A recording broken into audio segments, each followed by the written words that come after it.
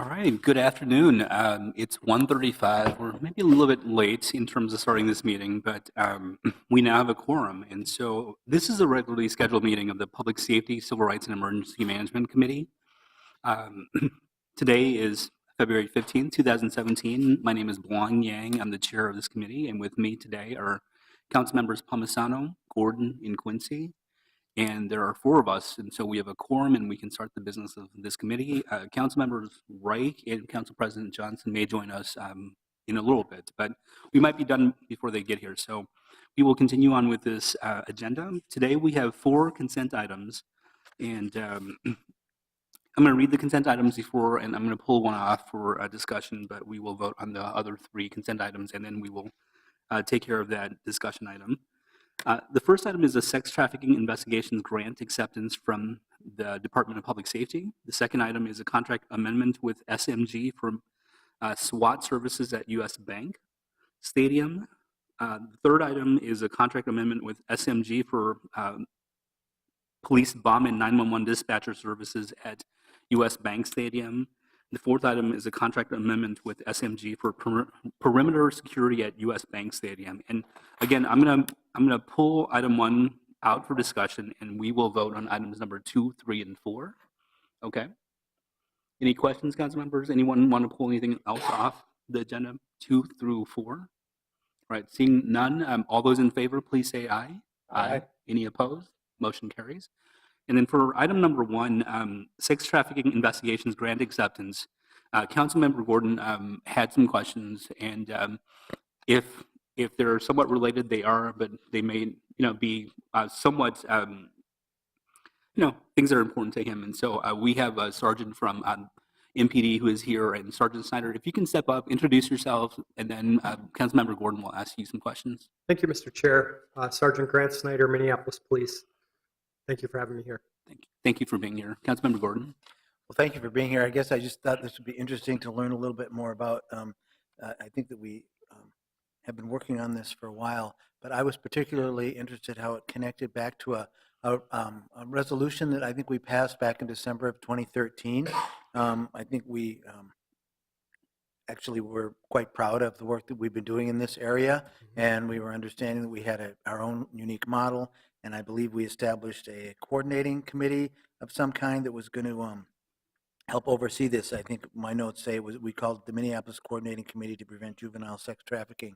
So I'm just curious about how this connects to that greater work, and I also how it might connect to future planning. I know there was an article recently about the preparations for the Super Bowl coming to town and how we maybe need to beef up our prevention efforts in light of that. Right. Thank you, Council Member. I appreciate your comments. I appreciate the questions.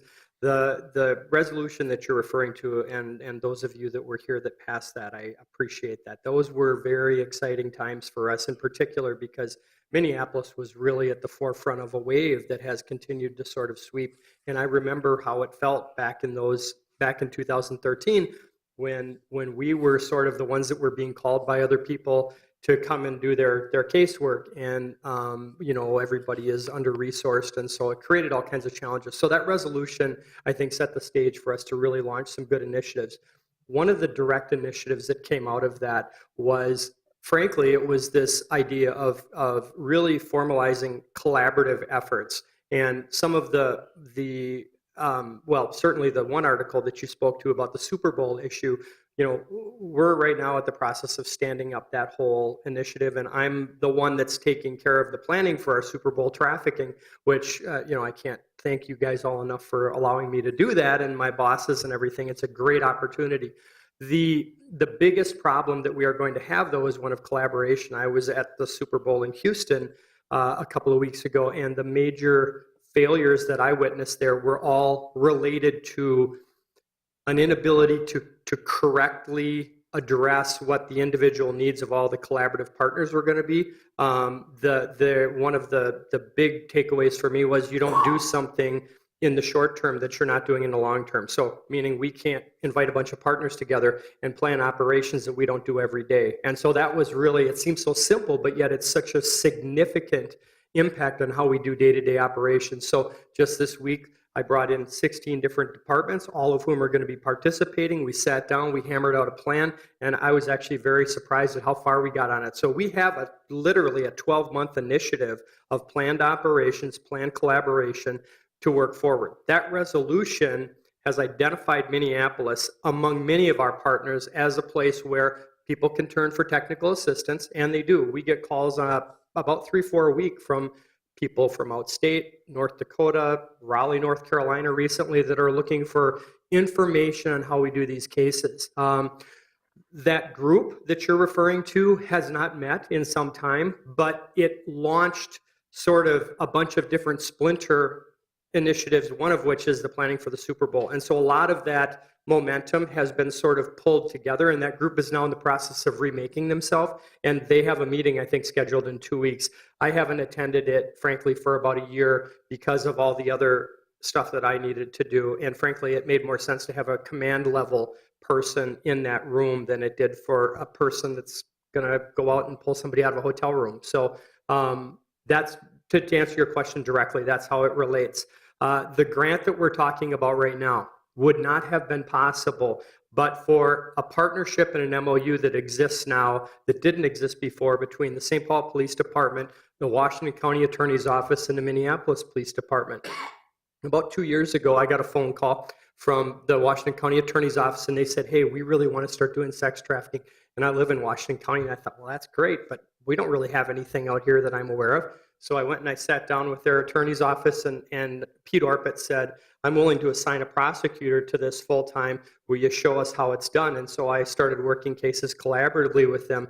In the aftermath of that, they did something that has not been done anyplace else in the country, and that was dedicating a prosecutorial team and designating an analyst that all they do all day long is spend time embedded in the marketplace. Well, we've been talking about that for some time. We've been talking about how if what this is really about is recovering victims, and it's not, frankly, the top tier of our objective is not to arrest traffickers. I think that's an important objective, but I'd still, at the end of the day, I consider pulling somebody out of a hotel room a success. And so that's where we focus our efforts. Well, they had this just massive success. And so we were able to, in that partnership, duplicate their efforts, sort of imagine how we could all play a compatible role or a complementary role. And so part of this grant was to fund an analyst that will sit as part of our team and will work primarily embedded in that marketplace, but also is going to be able to collect intel and information and process raw information about what's it look like in our community? What does it look like on the Minneapolis streets? We're missing a whole population of victims out there because of our lack of penetration into those environments where homeless kids are trafficked. And not a week goes by that I'm not over at YouthLink or some of our other homeless youth service centers. And what they're going through right now, what they're suffering, and this would include kids from all backgrounds, from all ethnic groups, kids from all gender orientations. And it's a tragedy that we haven't been able to really figure out a good approach to that. This analyst is going to help us do that. And so that's a big part of it. The second part of that, and I apologize, I'm talking a lot, and I'll be quiet. You can ask questions if you have it. The second part of it was to stand up what I call effectively a portal, okay? And I don't have another name for it. But basically what it is an online resource that allows us to do what currently we have to do on the phone, and that's generally technical assistance. Of all the phone calls and emails and things like that I get of people asking for help, and I've been told that we need to respond to those, and I do, and sometimes it gets in the way of other things we have going on, but I do believe in community around this issue. And so every time we help somebody else recover a victim or prosecute a trafficker, we're effectively doing it. Our borders are transparent, right, to our victims and to the people that would exploit them. The majority of those questions are ones that we can answer collectively. For example, we have a back page ad and we think it's a young lady. How do we identify this person? Well, I don't need to take a phone call for 30 minutes and walk somebody through the process. I can create a video, I can create an online resource, create a protocol, all of which we can disseminate. So the whole idea of a portal is having a secure location online where we can provide not only technical assistance, but where we can provide a place where people can come in and share information. what we would call a deconfliction tool. Today is a prime example of that. Literally, I came from an apartment in St. Louis Park where we pulled 2 Chinese women, non-English speaking, out of this situation where they're being exploited. Literally for the last week since they arrived in the country, and they were brought here, and they're being kept in this apartment, and they're being trafficked. I found out about this at 8 o'clock last night. We have 7 different jurisdictions that are on site right now, and everybody worked together to make this happen. That would have not been possible except for those relationships. What I found out in the process of doing that is that 4 different jurisdictions had information about this case. One of them knew about a related apartment. Another one knew about a phone number. Another one had actually identified the trafficker. And another one, the last one, had identified that this phone number rings in Flushing, New York, and is part of a what we would call a scheduling service, which is becoming more and more popular because these women don't speak English. And so, that's how they do this. So we can do operations like that, but we need to find a way to get all that information together. And that's what the purpose of the portal is. So when I've got a case, rather than reinvent the wheel and duplicate other people's efforts, I can put out an alert on that portal that will notify other people, and they can respond appropriately and say, you know what, I had that case. I've heard that nickname before. We've had a run-in with that person. We are missing that juvenile, or we've got a case involving that juvenile.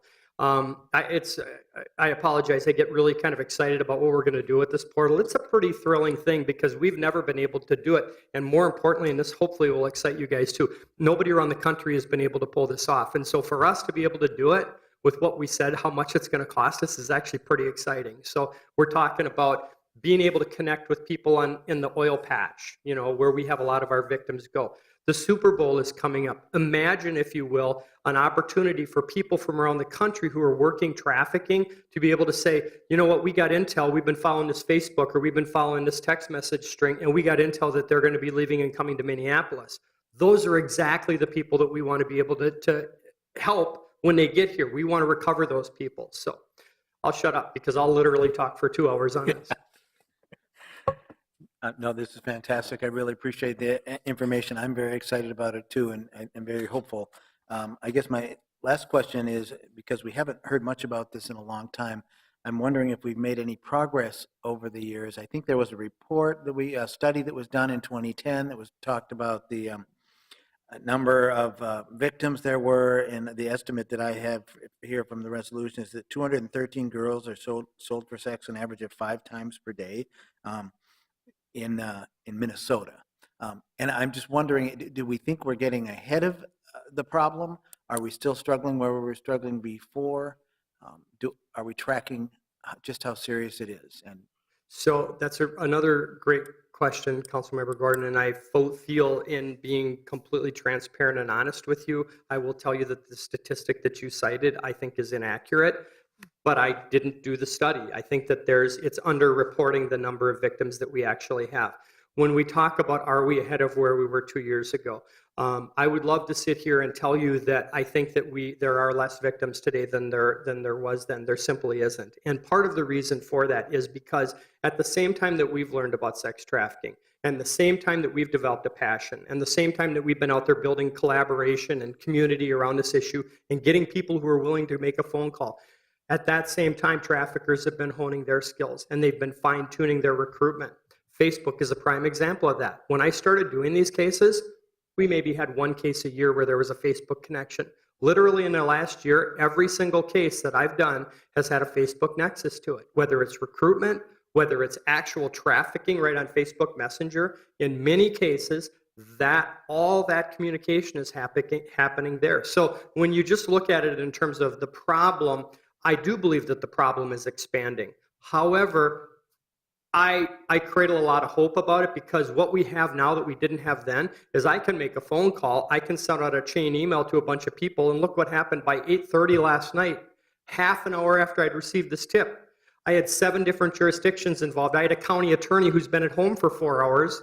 No offense to the comments about attorneys, but most of them won't return my phone calls and emails after hours. And this guy's like, hey, whatever you need, we've got it. This is what I found in our records. That's pretty encouraging because 5 years ago, those emails would have gone unanswered until the next day. But today we're in a completely different place. And frankly, it's because of how we've responded to them. When they've called me at 2 o'clock in the morning and said, hey, our squad just recovered a girl and we think she's been trafficked, but we don't know what to do. I got up and went in and helped them out. And now they're willing to do the thing for us. So we're ahead of where we were. I can't tell you that we've diminished the number, but I think we're getting to them faster and we know more about where those environments are. And I think that the key partnerships are in place. So, we knew this was going to be a marathon. We knew it was going to take us a long time, and I'll stick it around. You guys have me here at least for a couple more years. The Super Bowl is going to kind of be my last hurrah though. And then after that, I'm going to wind down. So No way. And Sergeant Snyder, could I Yes, ask, you'd mentioned that, do we have a person that we're grooming to take your place eventually? And I mean that seriously. I know, and I appreciate that, Mr. Chair. I'm trying to figure out how to answer this and hold to what I believe to be the importance of me being directly honest with you, and also, and I don't want to set anybody up. I feel like we have, there's response to that, and yes, but we're in the process of solving that issue. I've tried to be very transparent about the fact that, I do want to retire. I mean, I'm 54. I'm completing my master's of divinity. That's going to be about a year. I want to move on to what comes next. So, but I'm going to stick around until you guys are ready. Does that make sense? We'll Thank have you. somebody else there. That sounds great. Councilmember Palmisano? Thank you, Mr. Chair. Sergeant Snyder, I barely recognized you in your smart-looking clothes. I typically see you in these sex trafficking meetings that I've been participating in for the past few years. I'm curious, and I don't know if you'd be the right person to answer this question, but this grant award, is it says it's for 1 year starting this year. What makes me concerned about some of the OJP grants is that some of them are basically being threatened to be taken away by the highest levels of office in our country. I'm curious, is this something that is then renewable year after year? Because this is amazing work, not only your own indefatigable commitment to this cause, both personally and then to build a network like this. But is this something that is renewable for a period of years? Can we count on this funding in an ongoing way, or is this something that maybe come budget time we'll be looking to put in a continual funding stream ourselves? So that's council member, a fantastic question. I had that exact same question because this is a 1-year grant, and the question is always, where do we go from here? I will tell you, however, that the commitment of the state has been that they intend to continue this grant for another 2 years after that. Now, we don't have a firm commitment because that's how they work this, but we were, with our partnership in this, we're really set aside, and we really stood apart from many of the other grantees that were included. There really wasn't that many. So the bulk of the award went to really 3 places, and that was us. It was Washington County and St. Paul PD, and they recognized that. Yet just yesterday, I was invited into a meeting with the BCA where we sat down and had some very direct conversations about the trajectory of training and reaching the low-density populations and environments in the state, to include tribal. And those are all places that we haven't even really started to scratch the surface on. My hope and frankly my confidence is that this is not going to be a 1-year grant. From the presentation, people understood that this is part of a process that's going to take us a number of years to really accomplish all of its potential. I can't tell you I have that as a firm commitment where, they would say, yep, we're going to do it. But I will tell you that I'm hopeful and I'm confident of that. Sergeant Snyder, this may have been an oversight too. Now I see it's from the Minnesota Department of OJP, not the federal one. Correct. So that gives me comfort that this is something that they're committed to on a statewide level. I also just think it's so neat in this sex trafficking work group that we've been convening. It's neat to see so much coordination, not just between all the different jurisdictions from a policing standpoint, but with the University of Minnesota, with their UROC division and the PhD researchers that have been involved in this, with our partners at the county who are regularly a part of these meetings, and I know that whom you work with closely as well. So thank you for all of this work. Thank you. I'm done. All right. Any other questions or comments? Councilmember Gordon? I think that if there were new ideas, if there was new funding that was needed, if there was something that could be done at the policy level or the council level, that you've had some very receptive policymakers interested to find out how we could do more to address this problem. It's very disturbing to think that Facebook can be somehow a vehicle for all of this, and yet nobody can get to Facebook to help them root it out or whatever. And so there may be other ways that we could somehow help. And so I just wanted to put that out there. As you develop new strategies or ideas or potentials, I think you'll have some receptive voices here. Thank you, sir. I appreciate that. All right. So with no other questions, Sergeant Snyder, thank you so much for being here. The one thought I had when you were just talking about all of this stuff was it's so much more to have somebody here doing the presentation of just the item. I mean, this is so much more than an RCA, and it's kind of nice to see that. So thank you so much for being here. Council members, I will just move item number 1 for approval. Any questions or discussion? All right, seeing none, all those in favor, please say aye. Aye. Aye. Any opposed? Motion carries. And with that, we are done with our meeting. So with no further business before this committee, we will adjourn this meeting. Thank you. Thank you, everybody. Appreciate it.